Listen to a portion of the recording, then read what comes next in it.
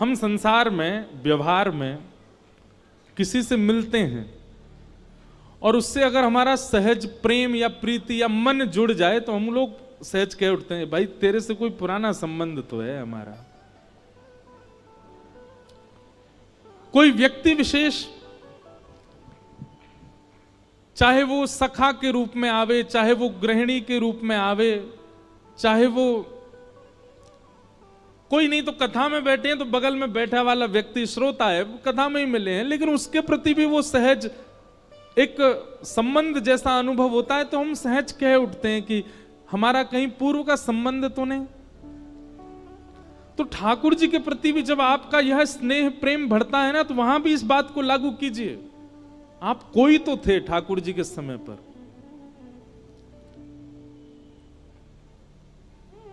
किसी को भी उठा लीजिए, मीराबाई माधवी नाम की गोपी थी द्वापर में, सूरदास श्री उद्धव जी महाराज, आपको पता है उद्धव जी ही सूरदास बनकर के आए हैं। क्यों? क्योंकि ठाकुर जी के निभृत निकुंज में किसी का प्रवेश नहीं है, केवल ठाकुर जी और किशोरी जी लीला कर रहे थे। ललिता विशाखा द्वार रोक करके खड़ी हैं कि कोई भीतर ना जाए, तभी उद्धव जी महाराज आ गए। उद्धव जी भगवान के सखा, तो उद्धव जी महाराज जैसे ही भीतर प्रवेश करने लगे, ललिता विशाखा ने रोका। सब लोग बहुत ध्यान से सुनो। बोले ठाकुर जी निवृत्त निकुंज में बैठे हैं, यहां किसी का प्रवेश नहीं है। उद्धव जी बोले निवृत्त निकुंज हो या कोई सी निकुंज हो, हमारा प्रवेश सब जगह। ललिता विशाखा बोली उद्धव अपनी द्वारिका में चलाना या मथुरा में चलाना, ये वृंदावन में नहीं चलेगी तुम्हारी। वृंदावन में सखियों की चलती है, हमारी इच्छा से ठाकुर जी पाते हैं, हमारी इच्छा से सोते हैं, हमारी इच्छा से चलते हैं। उद्धव जी बोले ठाकुर जी को अगर पता चल गया ना कि द्वार पर उद्धव आया है, अपनी सब लीला वीला छोड़ के आ जाएंगे बाहर, इतना प्रेम करते हैं मुझसे। ललिता विशाखा बोली वो सबसे ऐसे ही स्नेह बांध देते हैं, सबको ऐसा ही लगता है कि वो सबसे ऐसे ही प्रेम करते हैं, पर ऐसा कुछ नहीं है। वो ब्रज के लिए उनका अलग ही भाव है। उद्धव जी बोले देखिए मेरा समय खराब मत करो, मुझे भीतर जान दो। ललिता विशाखा ने मना किया। उद्धव जी हठ पूर्वक निकुंज में प्रवेश कर गए, तो सखियों ने उनको शाप दे दिया। बोले तो जाओ, तुम हठ पूर्वक जा रहे हो भीतर, लेकिन हमारा शाप है कि तुम नेत्रहीन हो जाओगे, कुछ नहीं दिखेगा तुमको भीतर। उद्धव जी भीतर चले गए और भीतर जाकर के जब उन्होंने देखा तो निकुंज दिख रहा है, यमुना जी दिख रही है, सेज दिख रही है, ठाकुर जी की आवाज सुनाई दे रही, पर ठाकुर जी नहीं दिखे। तो उद्धव जी महाराज ठाकुर जी क्या, मुझे आप दिख क्यों नहीं रहे हो? बोले उद्धव ये सखियां सामान्य गोपियां नहीं है, ये गैया चराने वाली, गोबर थापने वाली, दूध निकालने वाली, इनको तुम सामान्य गोपी मत समझो। ये वेद की ऋचाएं हैं, ये दंडकारण्य बन के संत हैं, कितनी तपस्या करके गोपी बन करके आई हैं। और इनकी बात सत्य है, निवृत्त निकुंज में किसी का प्रवेश नहीं है इनकी आज्ञा के बिना, और तुम चले आए। ठाकुर जी मैं तो देखे ही नहीं पा रहा। बोले कोई बात नहीं, अब इसका लाभ कलयुग में तुमको जीवों को देना है, तुम ही सूरदास बन के आओगे। नेत्र नहीं होंगे, पर बिना नेत्र के भी मेरी उन लीलाओं का दर्शन करोगे जो नेत्र वाले भी नहीं कर पाए, और उन लीलाओं को लिख करके तुम पूरे जग को मेरे भाव से आस्वादित कराओगे। वही उद्धव जी सूरदास बन के आए। स्वामी श्री हरिदास जी महाराज ललिता जी के अवतार, ललिता जी थी। विशाखा जी हरिराम व्यास बन करके आए। हितरिवंश महाप्रभु पूर्व में वंशी हैं ठाकुर जी के।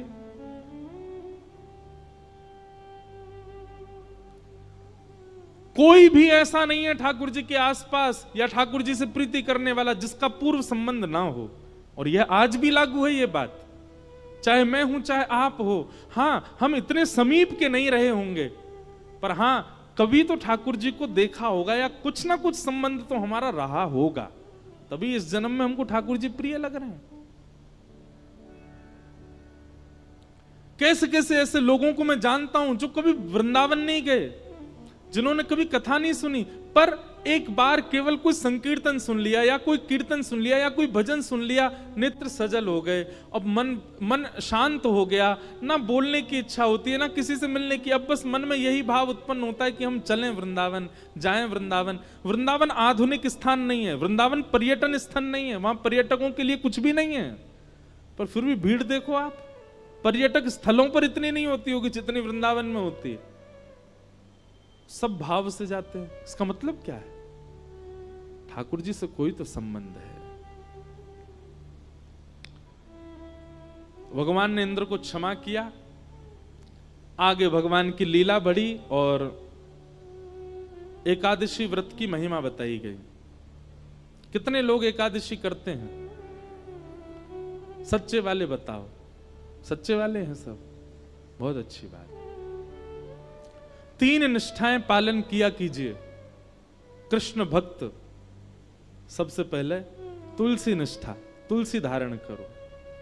दूसरी नाम निष्ठा, नाम जप में प्रवीण हो जाओ। और तीसरा एकादशी निष्ठा। ये 3 निष्ठा प्रधान। तुलसी धारण करने वाले ध्यान रखना, फिर कुछ भी ऐसा पाना नहीं जो तुलसी धारण करने के बाद अपवित्र हो। आप फिर कुछ भी ऐसा खा पी नहीं सकते, इसलिए तुलसी निष्ठा में थोड़ा ध्यान रखिएगा। दूसरी बात, एकादशी निष्ठा और नाम निष्ठा। एक बात बहुत ध्यान से सुनिएगा,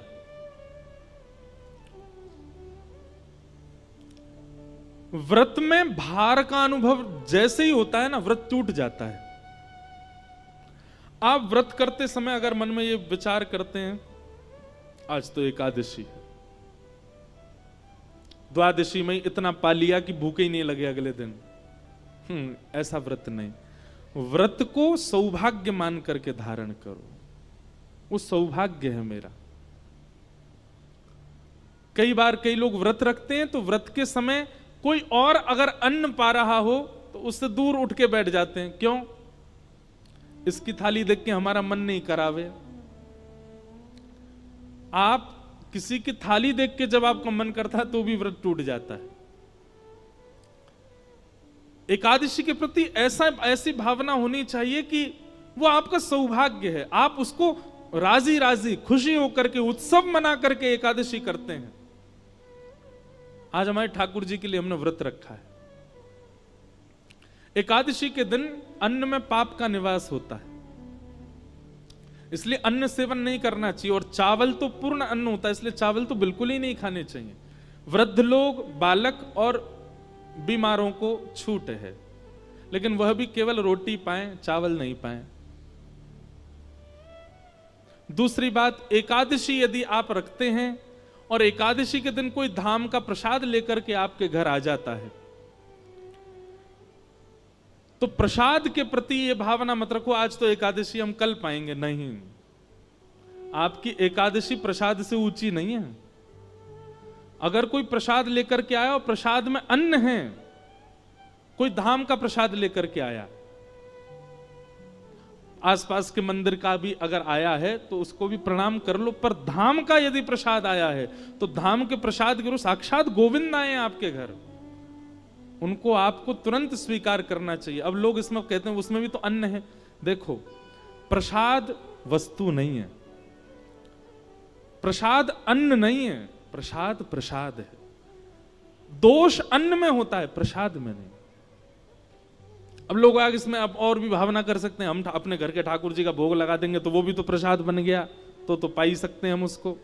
पर कहीं ना कहीं आप उसको अपनी ऊर्जा के लिए पा रहे हो ना, आप उसको पूर्ण रूपेण प्रसाद समझ करके तो नहीं पा रहे।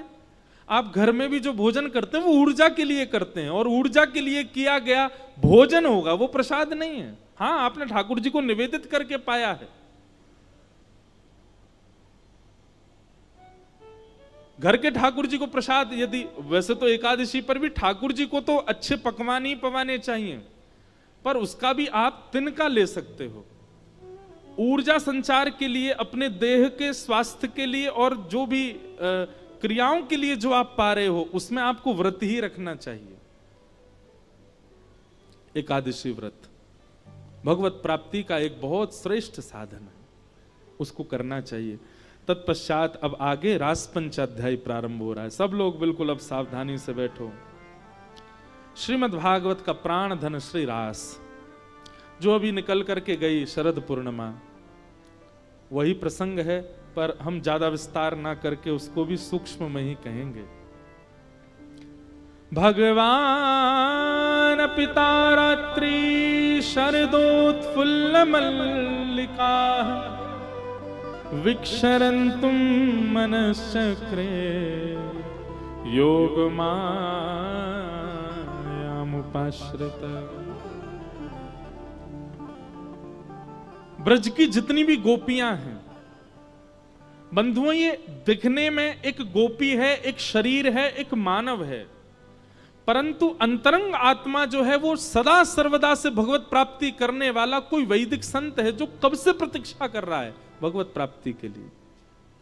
सतयुग, त्रेता, द्वापर, 3 युग जिन्होंने भगवत प्राप्ति के लिए व्यतीत कर दिए तप में, ठाकुर जी ने कृपा करके द्वापर में उनको गोपी बना करके प्रकट किया, ताकि उनको ठाकुर जी वह सुख दे सकें जो 3 युगों में उन्होंने तप करके नहीं भोगा है। ब्रज के गोपी भाव को समझना बहुत मुश्किल है। लोग बाग उसको सामान्य स्त्री पुरुष का प्रेम समझ लेते हैं और यहीं पर दोष उत्पन्न हो जाता है। जन्म जन्मांतर, कल्प कल्पांतरों से लगी हुई यह सब गोपियां, ये कोई ऋषि हैं पूर्व जन्म की, जो कितने जन्मों से तप कर रही हैं, तब जाकर के इनको सौभाग्य मिला कि ब्रज की गोपी बन करके आई। और सबसे बड़ी बात, 3 वर्ष के ठाकुर जी को देख करके 90 वर्ष की गोपी के हृदय में प्रेम उत्पन्न हो रहा है। इसको आप सामान्य स्त्री पुरुष प्रेम जन्य नहीं मान सकते। ये काम प्रेम नहीं है, ये काम वर्धक प्रेम नहीं है, ये काम नाशक प्रेम है। बहुत ध्यान से सुनिएगा। भक्तिमती मीराबाई, मीराबाई इतनी सुंदर थी कि उनका रूप देख करके एक बार यदि कोई देख ले तो पुनः देखने की इच्छा होगी, इतनी सुंदर थी। तो जब मीराबाई की भोजराज के साथ में विवाह हुआ और जब मेवाड़ गई, तो मेवाड़ में मीराबाई जिस राजमहल में रहती थी, उस राजमहल में जिस तरफ मीराबाई का कक्ष था, वहां खिड़की के नीचे हजारों संतों की भीड़ लगी रहती थी और सब एक टक देखते रहते थे खिड़की की ओर। मीराबाई तो राजघराने की कन्या है, वो दर्शन देने की भावना से नहीं जाती थी, दर्शन करने की भावना से जाती, पर मर्यादा है इसलिए बाहर नहीं जाती थी, तो खिड़की खोल करके ऊपर से प्रणाम करती थी। और सब संत मीराबाई को देख करके नेत्रों से अश्रु बहाने लगते थे। तब कुंवर भोज, जिनसे मीराबाई का विवाह हुआ, उनके मन में भाव आया कि मैं संतों से पूछूं ये इनकी स्थिति ऐसी कैसे होती है। तो वे गए और संतों से जाकर के पूछने लगे कि आप मीरा को क्यों देखते हो और मीरा को देखने से आप सबको क्या मिलता है। तब संतों ने प्रत्युत्तर देकर के कहा कि 5-5, 10-10 वर्ष तक भजन करने के बाद भी ठाकुर जी इतने प्रिय नहीं लगे जितनी प्रिय मीराबाई को एक बार देखने से लगने लगे। एक बार मीराबाई को देखने के बाद ठाकुर जी इतने प्रिय लग गए जितने प्रिय 10 वर्ष के भजन में भी नहीं लगे। इसलिए हम मीराबाई को देखते हैं। तो मीराबाई का स्वरूप सुंदर था, पर उनकी सुंदरता काम प्रकट नहीं करती थी, बल्कि दोष नाश करके भगवत प्रीति प्रकट करती थी। ऐसी सुंदर थी। और वास्तविक में सुंदरता वही है। एक बात हमें बताइए, किसी वस्तु विशेष को देख करके आपके मन में पाप प्रकट हो, वह वस्तु कितनी भी अच्छी हो, वह शुद्ध नहीं है। जिस वस्तु, व्यक्ति या फिर स्थान को देख करके आपके चित्त में पुण्य प्रकट हो, ठाकुर जी प्रकट हो, वो सुंदर है, वो श्रेष्ठ है। वो सौंदर्य कैसा, वो रूप कैसा, वो यौवन कैसा, जिससे काम प्रकट हो। रूप तो वो जानो, सौंदर्य तो वो जानो, आकृति तो वो जानो जिसे देखने से वो ना दिखे, ठाकुर जी दिखे। वो ना दिख करके ठाकुर जी के प्रति प्रेम बढ़े। ब्रज की गोपियों को ठाकुर जी प्रियतम दिखते हैं अपने, और ठाकुर जी को देखने से उनके विकार नष्ट होते हैं। इससे ये बात उनको सिद्ध हो जाती है कि सामान्य बालक नहीं है, साक्षात परमात्मा है, साक्षात परब्रह्म है। इसलिए भगवान के रास में आने वाली गोपियों की आयु आबाल वृद्ध बनेता, छोटी से छोटी बालिका और वृद्ध से वृद्ध मैया भी ठाकुर जी के संग रास में है। वृंदावन के गौड़िया वैष्णव संप्रदाय के एक ग्रंथ में कहीं वर्णन है, 3.25 करोड़ गोपियां थीं रास में। कितनी? 3.25 करोड़। और ठाकुर जी ने जब रास किया तब ठाकुर जी कितने वर्ष के हैं? 7.5 वर्ष के। कितने वर्ष के? अभी 7.5 वर्ष का कोई बालक यहां बैठा हो, उसको एक बार देखो और इमेजिन करो ठाकुर जी इतने बड़े थे जब रास किया था। 7.5 वर्ष का बालक अपना पेंट नहीं संभाल पाता, ऐसे पकड़े घूमता रहता है। उसको इतना सहूर नहीं होता कि मुझे भोजन करके हाथ धोने, मां बताती है जा हाथ धो किया। इतनी छोटी अवस्था है ठाकुर जी की जब रास विहार कर रहे हैं। और गोपियां, बोले कई गोपियां तो यशोदा मैया की भी जेठानी की उम्र की हैं, यशोदा मैया से भी बड़ी हैं, जो ठाकुर जी के संग रास में आई हैं। काम लीला नहीं है रास, ये काम विजय लीला है और काम नाशक लीला है। इसको समझने के लिए ब्रज की उपासना करनी पड़ेगी, रस की उपासना करनी पड़ेगी, रज की उपासना करनी पड़ेगी, तब जाकर के रास का दर्शन हो सकता है।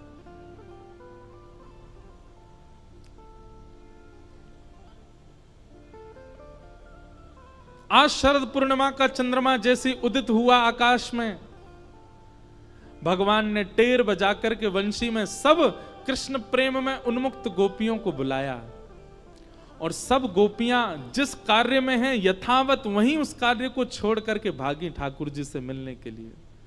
कोई श्रृंगार कर रही है, कोई पति को भोजन करा रही है, कोई बालक को दूध पिला रही है, कोई वस्त्र धारण कर रही है, कोई स्नान करके आई है, कोई केस संवार रही है। तो मतलब अगर केस संवार रही है और कानों में ध्वनि वंशी की आ रही है, तो ये नहीं सोच रही है कि मैं केस व्यवस्थित करके फिर जाऊं। जितने केस व्यवस्थित हो गए उतने केस व्यवस्थित हैं, बाकी के अव्यवस्थित केसों में ही भाग रही है ठाकुर जी के प्रति। एक आंख में काजल लगाया, दूसरी में लगाया ही नहीं है, ठाकुर जी की वंशी धनी आ गई, इतने में ही भाग रही है ठाकुर जी के प्रति। कोई अपने बालक को भोजन करा रही है, लेकिन बीच अवस्था में ठाकुर जी पुकार रहे हैं, तो वो आधी अवस्था में ही बालक को दूध पिवा करके भाग रही है। एक बहुत सुंदर भाव है इस भाव के ऊपर।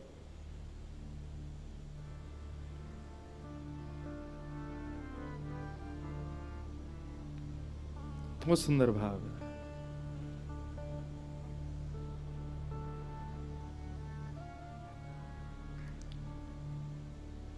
मुरली सुनत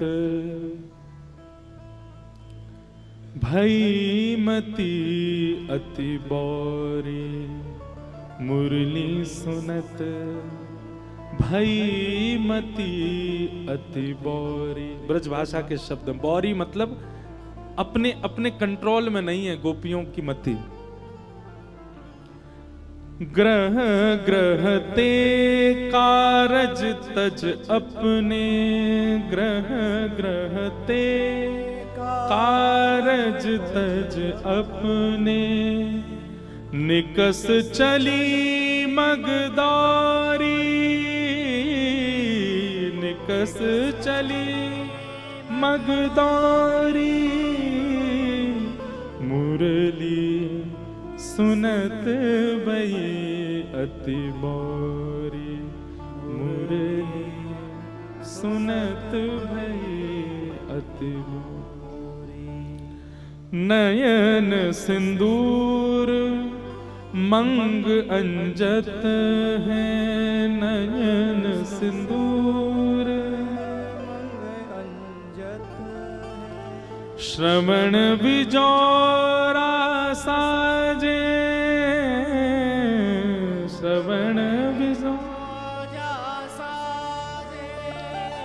शीश तरोना माल गुही कच्छम, शीश मरोना माल गुही,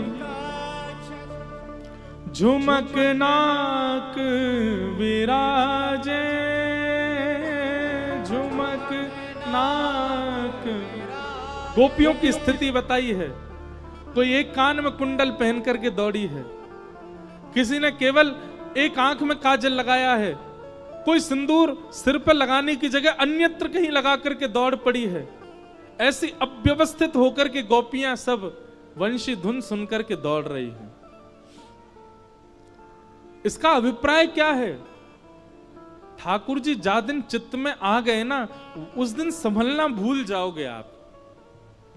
जब तक संभलना आ गया, जब तक संभलने की स्थिति में हो, जब तक सजने की स्थिति में हो, संवरने की स्थिति में हो, समझो भी संसार के ही हो। ठाकुर जी जादना चित्त में आ गए, सब भूल जाओगे। कैसे बन के रहना चाहिए, कैसे सज के रहना चाहिए, कैसे संभल के रहना चाहिए, ये स्थितियां सब ठाकुर जी दूर कर देंगे।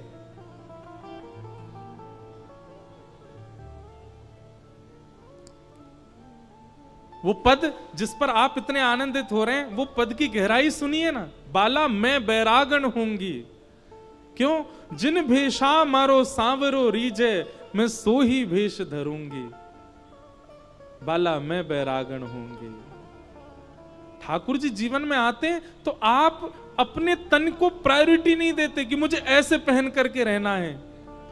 सेवा भाव जिसके चित्त में आ जाता है, वो सजना सवरना भूल जाता है, वो केवल सेवा के लिए रहता है। फिर सेवा भाव जिसके चित्त में आ जाता है, प्रेम लक्षणा भक्ति जिसके चित्त में आ जाती है, उसकी जीव फिर ये नहीं चाहेगी मैं ये खाऊं, ऐसा खाऊं, वैसा खाऊं, जो मिले बस जीवित रहने के लिए पालूं।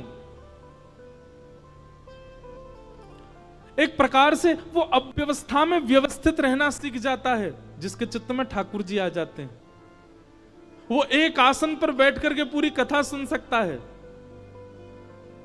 वो बिना पंखा, बिना एसी, बिना किसी व्यवस्था के भी एक स्थान पर अधिक समय तक विराज सकता है।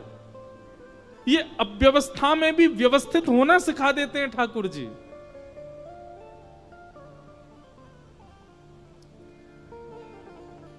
गोपियां सब दौड़ी और अव्यवस्थित स्थिति में जा रही हैं। ठाकुर जी जैसे ही नेत्र खोल करके देखते हैं तो सब गोपियां सामने खड़ी हैं।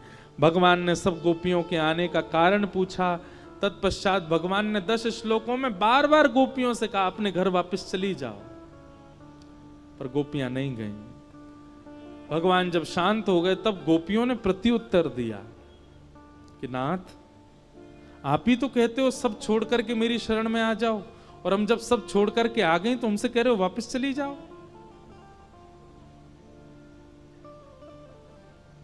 हमें व्यभिचारिणी मत समझिएगा नाथ।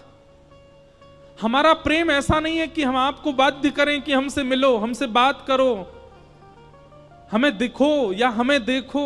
हमारा प्रेम ऐसा नहीं है। तत्सुखे सुखित्वम।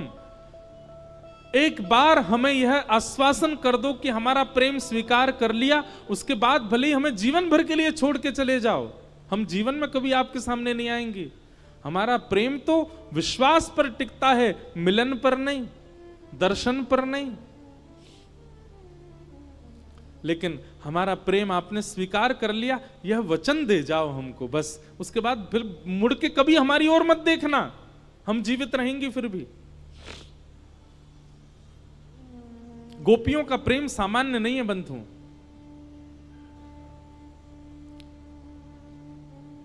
उद्धव जी महाराज जब वृंदावन जाते हैं तो गोपियां कहती हैं उद्धव, वृंदावन से मथुरा इतना दूर नहीं है कि हम कृष्ण से मिल नहीं सकती, दिन में 2 बार जाके मिल के आ सकती हैं, पर हमारा प्रेम हमको अनुमति नहीं देता। हमारा प्रेम ऐसा नहीं है कि हम जबरदस्ती जाएं और जाकर के नित्य उसका दर्शन करें। बिना दर्शन के भी कृष्ण मन कृष्ण धन, कृष्ण ही हमारो मन, रोम रोम में कृष्ण विराजमान है। उद्धव, हमारा प्रेम ऐसा नहीं कि हम उनसे मिलें या उनको यहां खींच के लाएं या बार बार अपने एहसान बताएं, हमने उनके लिए ऐसा किया और तुम हमें छोड़ के चले गए। हमारा प्रेम ऐसा नहीं है उद्धव। हमारा प्रेम तो विश्वास पर टिका है। जीवन भर कृष्ण लौट करके नहीं आए तो भी हम उनसे ही रहेंगे, उनसे प्रेम करेंगे, उन्हीं की रहेंगी। नारद भक्ति सूत्र में नारद जी कहते हैं प्रेम कैसा, बोले ब्रज की गोपियों जैसा, यथा ब्रज गोपिका नाम।